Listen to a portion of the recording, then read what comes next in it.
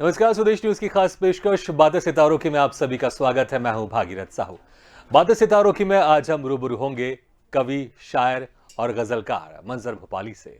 मंजर भोपाली का नाम सैयद अली रजा है, लेकिन इनके तखल्लुस से मंजर भोपाली के नाम से देश के 7 विदेशों में जाने जाते हैं। सैयद अली रजा का जन्म महाराष्ट्र के अमरावती में हुआ, लेकिन बहुत छोटी उम्र में ही मंजर भोपाली का पूरा परिवार अमरावती से भोपाल शिफ्ट हो गया। 17 साल की उम्र में ही सैयद अली रजा ने अपनी लिखी शायरी मुशायरे में सुनाना शुरू कर दिया था। मंजर भोपाली साहब ने देश के 7 विदेशों Pakistan, Australia, Canada, Iran, Saudi अरब, इंग्लैंड, थाईलैंड, सिंगापुर समेत कई देशों में मुशायरे में अपनी नज़में पेश की हैं। मंजर भोपाली साहब को प्राइड ऑफ मध्य प्रदेश के अवार्ड से मध्य प्रदेश के मुख्यमंत्री शिवराज सिंह चौहान ने नवाजा है। तो विदेशों में यूएसए, कनाडा, यूके में भी सैयद अली रजा यानी कि मंजर भोपाली साहब को सम्मानित किया गया है। मंजर भोपाली साहब की लिखी कई किताबें भी देश के साथ विदेशों में पब्लिश हो चुकी हैं, जिसमें ये सदी हमारी है, लहू रंग मौसम, लावा, जमाने के लिए, तिश्नगी, बेटियों के लिए, तो 1000 कविताओं का संग्रह साय में चले आओ भी प्रकाशित हुआ है। तो आज हम इनसे रूबरू होंगे और जानेंगे इनके शायर बनने के सफर के बारे में। और इस वक्त हमारे साथ सीधे जुड़ गए हैं शायर, कविकार, गजलकार सैयद अली रजा यानी कि मंजर भोपाली साहब। मंजर भोपाली साहब, आपका बहुत बहुत स्वागत है स्वदेश न्यूज की खास नमस्कार। पेशकश बातें सितारों की में। नमस्कार जी। 17 साल की उम्र में ही आपने अपनी लिखी शायरी है, आपने उसके पहले कविताएं भी लिखना आपने शुरू कर दिया था। तो आखिर कैसे आपको लगा कि मुझे कुछ लिखना है, किसी से आप इंस्पायर्ड हुए या फिर क्या था वो, क्या इंसिडेंट था, कैसे आपको लगा कि मुझे भी आगे जाके शायर बनना है, या फिर आपने शौकिया तौर पर लिखना शुरू किया, आपने ये नहीं सोचा कि आगे क्या होगा, बस लिखने का मन हुआ और आपने लिखना शुरू कर दिया? देखिए, शायरी या कविता लिखना इंसान के बस की बात नहीं होती। हम्म। वो खुदादात ईश्वरीय देन होती है। किसी किसी में अल्लाह ये तौफीक देता है, ईश्वर ये तौफीक देता है तो वो शायर बनता है, कवि बनता है। हर आदमी ना तो शायर बन सकता और ना कवि बन सकता। जी। ये वो फ़न है जो सीखा नहीं जा सकता।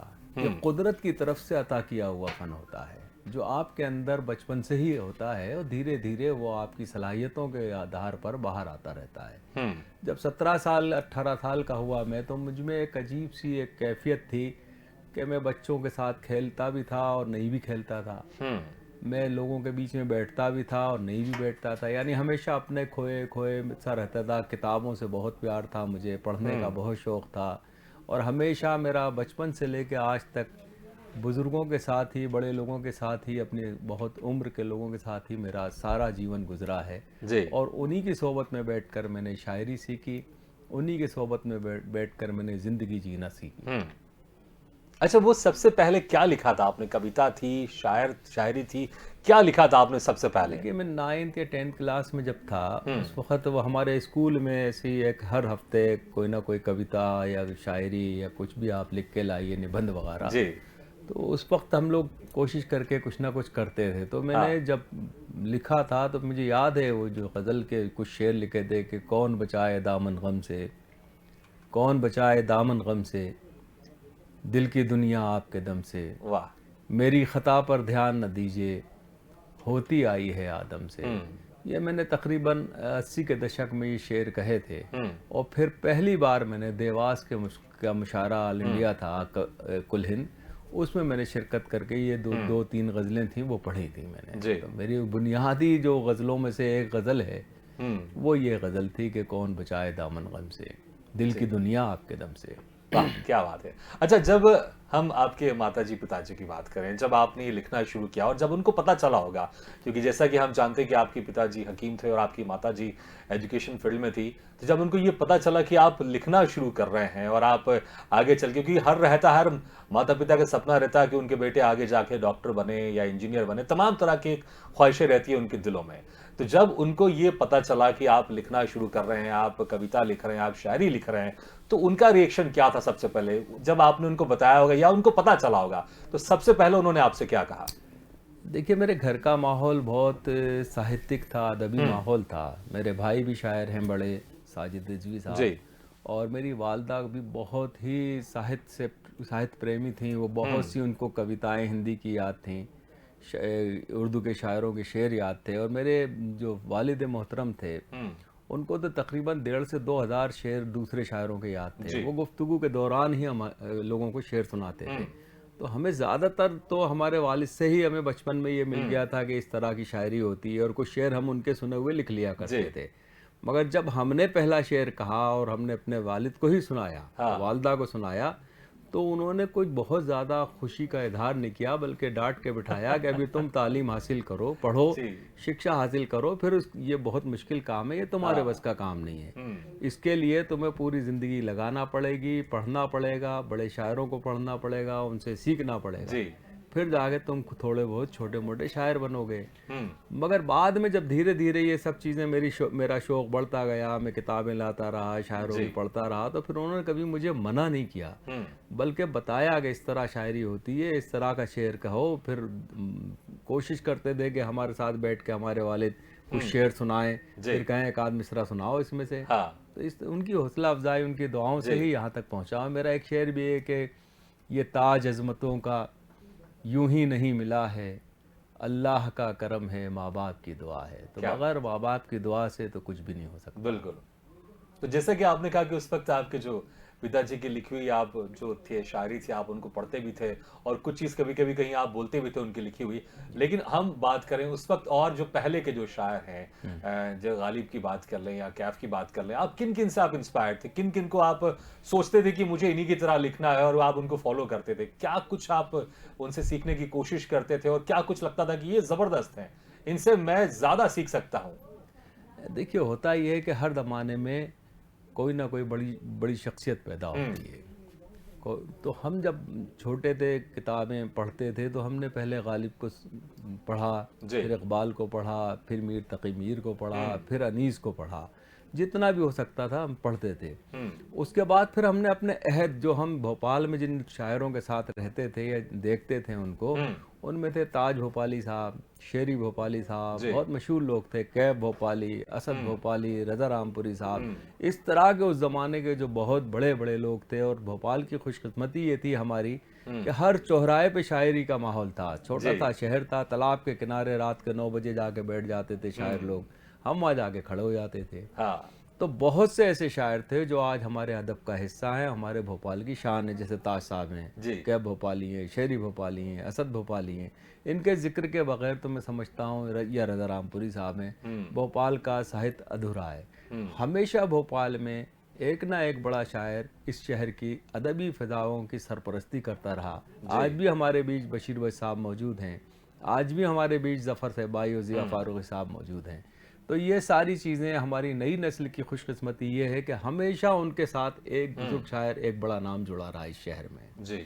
तो मैं ये तो नहीं कह सकता कि मैंने किस शायर के करीब आकर या उसकी शायरी से मुतासिर होकर शेर पढ़े, मगर मैं ये ज़रूर कह सकता हूँ कि मैंने फ़िराक गोरखपुरी साहब के साथ शेर पढ़ा, मैंने फैज़ अहमद साहब से ऑटोग्राफ लिया, मैंने अहमद फराज से शायरी के साथ शेर पढ़े, मैंने जॉन एलिया के साथ शेर पढ़े। तो यानी उस अपने अहद के सरदार जाफरी, कैफी आज़मी, हमारे नीरज जी, सुरेंद्र शर्मा जी या मजरू साहब, ये बड़े लोग थे, इनके साथ मैंने शेर पढ़े हैं। अगर मैं नाम गिनाऊंगा तो मेरे ख्याल से 1-1.5 घंटा शायरों का नाम गिना के आपको बोर कर दूंगा। अच्छा, अक्सर जब आपने लिखना शुरू किया तो शुरुआत में आपने जब लिखा होगा, जैसे कि आपने कहा कि आपके वालिद ज़्यादा खुश नहीं थे, उन्होंने कहा कि अभी तो पढ़ाई करो, और फिर बाद में बैठ के कुछ करेक्शन भी करते थे आपकी लिखी हुई चीज़ों पर। लेकिन ऐसी वो क्या चीज़ थी, वो शायरी थी, गज़ल थी, कविता थी, जब आपको लगा कि मैंने बहुत उम्दा लिखा है, बहुत ज़बरदस्त लिखा है, कि अगर ये जो सुनेंगे तो लोग तो वाह-वाह करके तारीफ़ करते रहेंगे? क्योंकि एक दौर ऐसा ज़रूर आता है जब हम कुछ काम शुरू करते हैं, फिर हमको लगता है कि वाह! हमने जो ये काम किया है या जो हमने लिखा है, बहुत ज़बरदस्त लिखा है, जब मैं सुनाऊँगा तो लोग तो बस तारीफ़ ही करते रहेंगे। वो क्या था वो? कौन-सी शायरी थी या कविता थी या गज़ल थी, क्या था वो? क्योंकि मुझे लगता है ये दौर तो ज़रूर आया होगा जब आपको लगा होगा कि मैंने बहुत ज़बरदस्त लिखा, और शुरुआती दौर में ज़रूर आता है। देखिए, इब्तिदा जो होती है हम लोगों की शायरी की या किसी भी फ़न में, तो बहुत मेहनत कराती है वो। ना तो वो उसे लोग कबूल करते हैं, वो कितनी मेहनत करके कितनी अच्छी शायरी करके ले जाए, लोग उसको वो पॉइंट नहीं देते। मगर ये कि हम मेरे साथ ये हुआ कि मैं जब 84 86 के आसपास आया और 87 में मैंने एक अंतर्राष्ट्रीय मुशायरा पड़ोसी मुल्क में पढ़ा, जी। तो वहाँ पर मैंने जो शेर पढ़े हाँ। वो पूरी दुनिया के लिए एकदम चौंकाने वाले थे। मिसाल के तौर पे मेरा एक गज़ल थी कि जुल्फ़ रुख़ के साए में ज़िंदगी गुजारी है, धूप भी हमारी है छाँव भी हमारी है, बच के हम किधर जाएं इस सियासी जंगल से, एक तरफ दरिंदा है एक तरफ शिकारी है, बाप बोझ ढोता था क्या जहेज़ दे पाता, इसलिए वो शहज़ादी आज तक कुंवारी है। और जिस शेर ने मुझे मकबूल किया, लोगों तक पहुंचाया, मेरी शायरी को चौंकाया, वो शेर था कि कह दो मीरो गालिब से हम भी शेर कहते हैं, वो सदी तुम्हारी थी ये सदी हमारी है। तो इस शेर, यही शेर था जिसने मंजर भोपाली की को एक आलमी सतह पर शनाख्त दिलाई। जी। और लोगों ने इस शेर को सुनने के बाद बेशतर ममालिक में, अमेरिका में, इंग्लैंड में मुझे बुलाया। बहुत खूब। और क्या यही दौर था कि जब आप सैयद अली रजा से मंजर भोपाली बने? हम ये भी जानना चाहेंगे कि जो सैयद अली रजा, ये मंजर भोपाली कब बने और कैसे बने? ये इब्तिदाई मामला था जब मैंने तकरीबन 45-46 साल पहले हाथ में कलम पकड़ा था और कोशिश करी थी लकीरें खींचने की, तो उस वक़्त मेरा नाम था सैयद अली रज़ा। जब मैंने एक आध गज़ल कही और उस्तादों के पास गया शेर सुनाने के लिए, तो बहुत से उस्तादों ने तो मना ही कर दिया कि भाई तुम्हारे बस का काम नहीं है ये, तुम अपना दूसरा काम करो। जी। मगर वो रज़ा रामपुरी साहब थे जिन्होंने मेरी सरपरस्ती करी, उन्होंने ही मेरा नाम ये बनाया कि रखा सैयद अली रज़ा से, पेन नेम मेरा तखल्लुस मंजर भोपाली बनाया। तो सैयद अली रज़ा से मंजर भोपाली का सफ़र तकरीबन 45 से 46 साल तक का हो चुका है। और दुनिया के तकरीबन मैंने अंतर्राष्ट्रीय मुशायरों की बात करूं तो 700-800 मुशायरे पढ़े हैं। अमेरिका में मैं 32 बार जाने वाला आदमी हूँ। अमेरिका से मुझे सम्मानित नागरिकता प्राप्त हुई, कनाडा में मेरा सम्मान हुआ, ऑस्ट्रेलिया में मेरा सम्मान, ये दुनिया में जहाँ भी गया, एक बार नहीं गया फिर उस मुल्क में कई बार गया मैं। बिल्कुल, वाकई। अच्छा, जब हम कोई भी ऐसे काम कर रहे होते हैं, जब हमें देश में सम्मान तो मिलता ही, जब विदेशों में सम्मान मिले तो वाकई खुशी होती है। हालांकि अक्सर हमने देखा है कि जो शायर होते हैं या कविताकार होते हैं, गजलकार होते हैं, वो सम्मान के बारे में ज्यादा चिंता नहीं करते। तो जब आपको पहली बार पता चला कि मुझे विदेशों में अब ये सम्मान मुझे मिलने वाला है, तो क्या रिएक्शन था आपका उस वक्त? मैं तो बस शुक्रिया अदा करता था अपने चाहने वालों का, अपने मुझसे मोहब्बत करने वालों का, उन लोगों का जिन्होंने मुझे मेरी शायरी को पसंद किया, मेरी हौसला अफजाई करी, मेरे साथ खड़े रहे और मेरे बहुत बुरी शायरी को भी उन्होंने अच्छी शायरी बताकर मेरी हौसला अफजाई करते रहे। उन्हीं के वजह से मैं यहाँ तक पहुँचा। यानी जब तक आपके साथ लोगों की मोहब्बतें, दुआएं शामिल नहीं होंगी, ना तो आप कोई अच्छा अवार्ड हासिल कर सकते और ना ही आप कोई बड़ा नाम हासिल कर सकते। तो बड़े, अगर आपको अपनी मंजिल के करीब जाना है तो लोगों की दुआओं और मोहब्बतों का सहारा तो लेना ही पड़ेगा। बिल्कुल। अच्छा, मैं वापस फिर से पीछे जाना चाहूंगा, फ्लैशबैक में जाना चाहूंगा कि जब आपने कहा कि जब आपके जो मित्र थे, आप दोस्त थे, उनके साथ आप खेलते थे लेकिन उतना नहीं खेलते थे, आप थोड़ा ये लिखने, गजल, शायरी की तरफ आपका ज्यादा ध्यान रहता था। तो ऐसा होगा आपके साथ अक्सर कि आप दोस्तों के बीच में अपने कुछ लिखी हुई कविताएं, शायरी सुनाते होंगे, तो क्या कुछ उनका उस वक्त रिएक्शन रहता था? ये हमारी उस वक़्त ऐसी बहुत बड़ी शायरी तो थी नहीं, जब बच्चे थे तो यकीनन उसी हिसाब से शेर कह लेते थे। मगर हम उस अपने अहबाब में जो थोड़ा बहुत मेरा दायरा था दोस्तों का, उसमें कभी कभी शेर सुनाता था तो वो भी चौंकते थे, यार ये तुम यार इंजीनियर बन जाओ, तुम डॉक्टर बन जाओ। तो फिर मैं कहता था यार मेरे नसीब में ये नहीं है, मेरा नसीब शायद इसी तरफ लिखा हुआ है और मैं अपना काम कर रहा हूँ। तो कहला इसमें कोई तुम्हारा मुस्तकबिल नहीं है। फिर मैंने शेर कहा कि इस तरह गुजरा है बचपन के खिलौने ना मिले। ये मेरी ज़िंदगी से जुड़ा हुआ शेर था और हकीकत है ये। इस तरह गुजरा है बचपन के खिलौने ना मिले और जवानी में बुढ़ापे से मुलाकात हुई। तो हमें तो पता ही नहीं चला कि हमारा बचपन कहाँ गया, हमारी जवानी किधर गई, हमारा बुढ़ापा किस तरह गुजर रहा है। हम तो अपने लिए बने ही नहीं थे, अपने परिवार के लिए बने ही नहीं थे। हम तो कौम की अमानत थे, कौम के लिए काम करते रहे, मोहब्बतों के पैगाम देते रहे, दुनिया में अपने भारत का संदेश पूरी दुनिया तक पहुंचाया। यहाँ तक कि कभी भी कोई पड़ोसी मुल्क का या किसी मुल्क के शायर ने कोई हमारे मुल्क के ऊपर कोई तंजिया शायरी करी तो उसी डाइस से जाकर उनको जवाब दिया क्या गया बात और उससे अच्छे सलीके से दे दिया गया। तो हमने तो संदेश दिया कि भारत सिर्फ प्यार करने वालों की धरती है, बिल्कुल। मोहब्बत की धरती है। यहाँ से हमेशा हज़ारों साल से प्यार और मोहब्बत का संदेश जाता रहा है और हमेशा जाता रहेगा। जी। अच्छा, आपने देश विदेश में आपने मुशायरा में आपने शामिल हुए हैं आप, ऐसा कौन सा देश रहा? क्योंकि कभी कभी ऐसा होता है कि जब हम बहुत सारी शायरी करते हैं और बहुत सारे लोग हमको पहचानते हैं, तो कभी कभी कुछ ऐसी ऑकवर्ड सिचुएशन में हम फंस जाते हैं कि अचानक हम कहीं जा रहे हैं, सफर कर रहे हो, अचानक आपको कोई बोलता है कि जरा मंजर भोपाली साहब कुछ हो जाए, कुछ सुना दीजिए, और आप नहीं चाहते हैं सुनाना आप, लेकिन तब भी मजबूरी में आपको सुनाना पड़ता है क्योंकि लोगों ने आपसे रिक्वेस्ट किया। तो मुझे लगता है ऐसे कोई इंसिडेंट हुआ होगा कि कुछ बड़े ऑकवर्ड सिचुएशन में आप फंस गए होंगे, या ट्रेन का सफर हो या फ्लाइट का सफर हो, जहां पर नहीं चाहते हुए भी आपको कुछ ऐसा सुनाना पड़ा होगा कि चलो आप सामने वाला रिक्वेस्ट कर रहा है तो मुझे अब सुनाना तो पड़ेगा। नहीं, कई बार हुआ। कई बार हम यहाँ से हैदराबाद जा रहे हैं या लखनऊ हम्म। की तरफ जा रहे हैं या दिल्ली जा रहे हैं, तो फ्लाइट में भी ट्रेन में भी लोग आ जाते हैं मिलने के लिए, हाँ। मंजर भाई शेर सुना दीजिए, हमारे साथ सेल्फी खिंचवा लीजिए। जब ऑटोग्राफ का ज़माना था, ऑटोग्राफ दिया करते हाँ। थे। कई बार ये भी हुआ कि विदेश जा रहे हैं, लंबा सफ़र है, 12-15 घंटे का अमेरिका का, तो कुछ लोग आके बैठ जाते थे आसपास में कि साहब शायरी सुना दीजिए, जी। कुछ वक्त कट जाएगा, तो सुना दिया करते थे। हाँ। इसलिए कि भाई वो हमारे चाहने वाले लोग हैं, हाँ। उनके लिए तो ही हम बनाए गए हैं। 24 घंटे उनके लिए, उनकी जी। खिदमत के लिए हाजिर हैं हम लोग।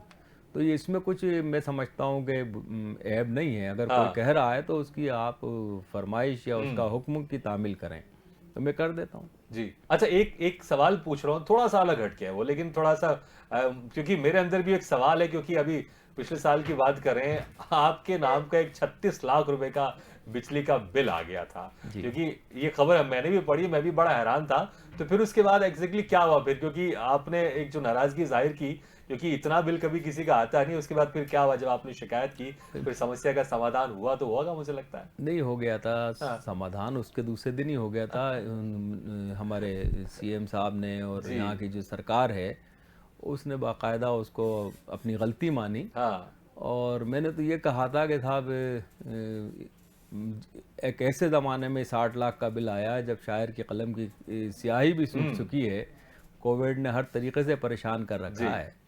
तो वो गलती थी कर्मचारियों की, वो बाद में उसे ठीक कर दिया गया और मेरा जो नॉर्मल बिल आता है हर महीने का, जी। जी। वो मैंने भर दिया। बिल्कुल, आपने कोविड का जिक्र किया, आप भी इससे गुजरे हैं आप। जी। आपको भी आप भी संक्रमित हुए हैं, तो फिर वो दौर कैसा रहा? मुझे लगता है कि वो दौर आपने उसमें कुछ ऐसी शायरी या गज़ल लिखी होगी आपने जो हमारे दर्शक ज़रूर सुनना चाहेंगे। पहले तो मैं जानना चाहूँगा वो दौर कैसा था? बड़ा ही कठिन होगा, इसमें कोई शक नहीं है। देखिए, एक अजनबी और एक अजीब सी कैफियत थी उस वक्त। हुँ। अचानक पता चला कोविड हो गया, जाके अस्पताल में एडमिट हुए 15-20 दिन तक।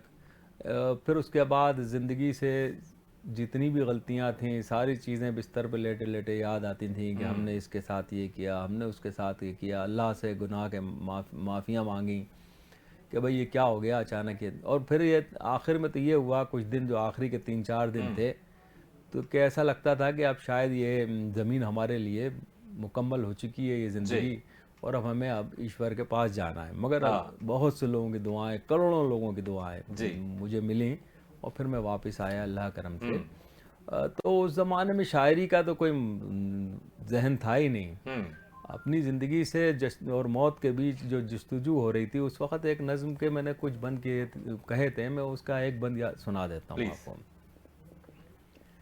ये जिंदगी कम तो नहीं, मरने का गम हमको नहीं, ये जिंदगी कम तो नहीं। सूरज बनो उगता हुआ, दरिया बनो बहता हुआ, इस जिंदगी की राह में कांटे भी हैं तो क्या हुआ, ये जिंदगी कम तो नहीं, ये जिंदगी कम तो नहीं। क्या बात ये है! एक बहुत, नज़्म लिखी बहुत थी जो खूब। मेरे पास जी। है। हुँ। और उसके बाद फिर जब घर आया तो और कुछ शायरी वायरी शुरू करी। जी। अब एक नई किताब की तरफ आप बढ़ रहा हूँ, दुआ करें कि वो किताब पूरी हो जाए। जुगनू जी। के नाम से मेरी नई किताब आ रही है, हाँ। और मेरी टोटल अभी तक 13-14 किताबें जी। आ चुकी हैं, हिंदी, देवनागरी और उर्दू में। और बड़े पब्लिशर ने छापी हैं वो। जी। तो कोशिश करते रहते हैं। एक काम मेरा और बहुत बड़ा है, जो पिछले दिनों में पेड़ लगाने सीएम सैयद बिल्कुल, लेकर बिल्कुल, आए, मैं आपसे वही ज़िक्र करने सीएम वाला था, साहब के फ़ोटो भी हम देख रहे हैं। जी बुलाया देखिए था। जी। तो मैंने उनको बताया कि भाई मैंने भी थोड़े बहुत पेड़ लगाए हैं, हाँ। अपनी हैसियत से जी। तकरीबन 1000-1200 पेड़ क्या मेरे बात पास हैं। और यही मेरा सबसे बड़ा, 2 मैंने काम किए हैं सीएम साहब। एक काम तो ये दरख्तों का, जो मैंने आने वाली पीढ़ी के नाम के, अपनी नस्लें कल साए में सोएंगी, जी। रस्ते रस्ते पेड़ लगाना अच्छा है। वाह! या कि और भी मेरे शेर हैं कि इन्हीं पेड़ों पे के मेरा मुख्तलिफ, यानी मैंने 1000 शेर की एक किताब छापी है जिसका नाम है साए में चले आओ। जब बिल्कुल। मैंने उनको भेंट करी तो वो हाँ, चौंक गए कि यार क्या ये तो बात! बहुत ही खूबसूरत अच्छा कलेक्शन है। जी, जी, यहाँ जी। के कलेक्टर साहब और दूसरे अधिकारियों ने भी वो किताबें मुझसे लीं, जी। और वो किताब ही बहुत ही खूबसूरत जी। है। और मैंने वो अपने दरख्तों पे लगा रखे थे एक ज़माने में, कुछ उसमें से शेर।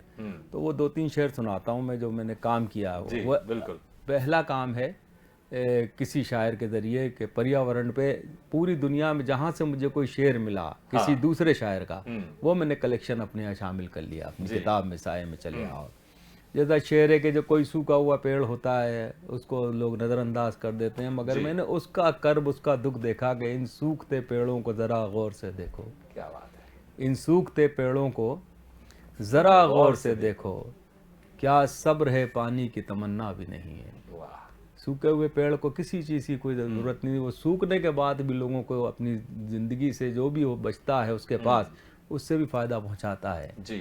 या ये है कि इन घने जंगल इन्हीं की जद में आकर शहर बनते हैं, घने जंगल इसी की जद में आकर शहर बनते हैं, ये इंसान तो परिंदों से ठिकाना छीन लेता है। क्या बात! तो इस तरह के बहुत खूबसूरत शेर हैं उसके अंदर। जब जी। मैंने सीएम की खिदमत में वो किताब पेश करी, जी। तो उनका मंजर भाई मैं आज ज़रूर पढ़कर हाँ। इस शाम में बात करता हूँ। बिल्कुल। तो कोशिश करते रहना चाहिए जी। अपने तौर पे। आप सिर्फ शायर नहीं है, एक इंसान भी हैं, और जिस बिल्कुल, माहौल में एक रहते हैं सामाजिक उस, ज़िम्मेदारी है, उसको भी हाँ, आपने आपकी बखूबी निभाया आपने, और यही जिम्मेदारी कारण है कि मध्य प्रदेश की तरफ से आपको प्राइड ऑफ मध्य प्रदेश के अवार्ड से भी वो नवाजा तो गया, क्योंकि आप लोग आपने पूरी जिम्मेदारी जो एक फेमस, मुझे लगता है कि एक लोकप्रिय इंसान को निभानी चाहिए, आपने बहुत अच्छे से निभाई है। अच्छा, एक मेरा एक आखिरी सवाल भी, क्योंकि समय कम है, क्योंकि इतना जबरदस्त आप लिखते हैं, इतना खूब लिखते हैं, कई किताबें आपकी पब्लिश हो चुकी है, और क्या आप किसी एक अच्छे ऑफर का इंतजार कर रहे हैं कि किसी फिल्म में अगर आपको एक अच्छा ऑफर मिले तब आप उनके लिए गीत लिखें, या फिर कि आप उस जगह जाना नहीं चाहते हैं? देखिए, मेरे पास कई बार आए फिल्म लिखने के लिए, गीत लिखने के लिए। मैं एक आध बार गया भी, मगर वहाँ का माहौल मुझे समझ में नहीं आया कि एक गीत लिखने के लिए 8 से 10 दिन, 15 दिन, 20 दिन रुकना पड़ता है, जी। और म्यूज़िक डायरेक्टर के और प्रोड्यूसर के चक्कर लगाना पड़ते हैं। तो मैं, राहत इंदौरी साहब और हम दोनों ही साथ गए थे उस ज़माने में। राहत भाई भी बहुत अच्छे गीत लिखे उन्होंने, बहुत ही अच्छे गीत लिखे, और उसके बाद वो भी उस माहौल से तंग आकर वापस आ गए थे। मेरा तो काम यही है, फिल्मों वगैरह से मेरी इतनी दिलचस्पी नहीं है। मेरा काम है समाज से। मैंने बेटियों के लिए शायरी करी, मेरी किताब उस पर भी है, बेटियों के लिए। बेटियों के लिए। और मेरी कोशिश ये है कि आप समाज में रहते हैं, जिस समाज में रहते हैं वहाँ की बेटी को बहुत ज़्यादा पढ़ी लिखी होना चाहिए। जी। और मैंने अपनी दोनों बेटियों को उस पर डाला, और आज वो दुनिया की बड़ी यूनिवर्सिटी में अमेरिका में पढ़ती हैं, कोलंबिया यूनिवर्सिटी में और कैलिफोर्निया यूनिवर्सिटी में। बहुत खूब। तो आप कोशिश करें कि बेटी को बेटी समझिए, उसे कोई घर में रोटी की गोलाई नापने वाले कोई शह ना समझे। इसलिए मेरी शायरी बेटी पे जो है कि बेटियों के भी लिए हाथ उठाओ मंजर, सिर्फ अल्लाह से बेटा नहीं मांगा करते। या एक 2 शेर सुनाता हूँ तरन्नुम में। इनको आंसू भी जो मिल जाए तो मुस्काती हैं, बेटियां तो बड़ी मासूम है जज्बाती हैं, अपनी इनसे कायम है तक़द्दुस भी हमारे घर का, सुबह को अपनी नमाजों से ये महकाती है, सुबह को अपनी नमाजों से ये महकाती हैं। बेटियां होती हैं पुरनूर चरागों की तरह, रोशनी करती हैं जिस घर में चली जाती हैं। लोग बेटों से ही करते हैं तवक्को, लेकिन बेटियां अपनी बुरे वक्त में काम आती हैं। बहुत खूब। अपनी ससुराल का हर जख्म छिपा लेती हैं, सामने माँ के जब आती हैं तो मुस्काती हैं। बहुत खूब मंजर भोपाली जी, बहुत खूब, बहुत ही जबरदस्त। आपने, समय बहुत कम है, नहीं तो हम बहुत कुछ आपसे बहुत बातचीत करना चाहते हैं, बहुत कुछ सुनना चाहते हैं, लेकिन बहुत बहुत शुक्रिया समय निकाल कर आपने हमारे इस कार्यक्रम में शिरकत की। बहुत थैंक यू। बहुत शुक्रिया आदाब। तो बातें सितारों की में आज हम रूबरू हुए शायर, गजलकार और कवि सैयद अली रजा जी से, जिनको मंजर भोपाली के नाम से जाना जाता है। अगली बार हम फिर किसी शख्सियत से मुलाकात करेंगे, तब तक के लिए दीजिए इजाजत। लेकिन खबरों का सिलसिला लगातार जारी, आप देखते रहिए स्वदेश न्यूज, सबसे पहले देश।